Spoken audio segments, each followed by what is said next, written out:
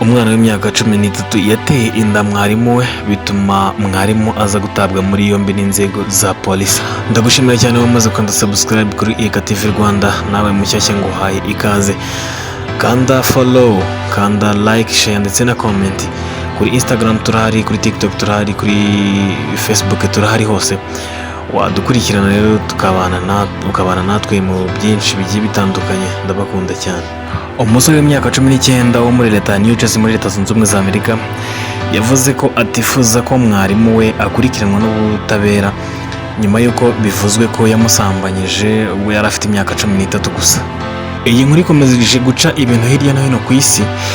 Uyu musore utatangajwe amazina na Daily Mail yavuze ko ari we watangije umubano na Laura Caron, uyu mwarimukazi w'imyaka 34, kandi ko atigeze yumva ko yahohotewe. Caron wahoze ari umwarimukazi wa basketball mu mashuri abanza ashobora gukatirwa igifungo cy'imyaka 10 naramuka hamwe n'icyaha cyo gusambanya umwana utarageza imyaka y'ubukure. Bivugwa ko Caron yatangiye kuba hafi y'uyu muryango ubwo yigishaga mushiki w'uyu musore, maze umuryango utangira kumugirira icyizere. Nyuma yaho uyu mwarimukazi yatangiye kubana n'uyu mwana hamwe n'abandi bavandimwe be basangira ubuzima bwa buri munsi, bituma umuryango wumva ko ari umuntu wo kwizerwa.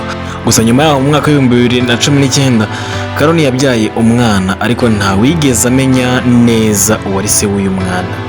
Ibintu byahinduye isura rero mu mpera z'umwaka w'2023 ubwo ise w'uyu musore yabonaga ifoto y'umwana wa Caron akabona asa neza n'umuhungu we, ahita abimenyesha inzego z'ubutabera. Ubwo Caron yatabwaga muri yombi mu kwezi kwa mbere 2024, uyu musore yavuze ko ibyo bamushinja atari ukuri, agasaba ko barekera kubakurikirana.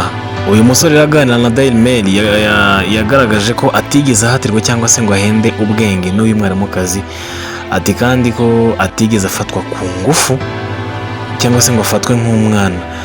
Komeza agira ati ndamukunda kandi sinshaka ko ahanwa. Gusa nyine nubwo uyu musore avuga ibi, amategeko ya leta zunze ubumwe za Amerika by'umwihariko muri leta ya New Jersey abuza umubano w'imibonano mpuzabitsina hagati y'umuntu mukuru n'umwana utarageza ku myaka y'ubukure, kabone nubwo uwo mwana yaba yarabyemeye cyangwa se abyemera. Ubushinjacyaha bushinja Caron icyaha cyo gusambanya umwana no kumufata ku ngufu, bikaba bishobora gutuma akatirwa imyaka 10 y'igifungo. Itegeko ry'iki gihugu rivuga ko abana batarageza ku myaka y'ubukure badashobora gufata icyemezo cyimbitse ku bijyanye n'imibonano mpuzabitsina, bityo ko umuntu mukuru ukorana iyo mibonano nabo aba yakoze icyaha ndengakamere.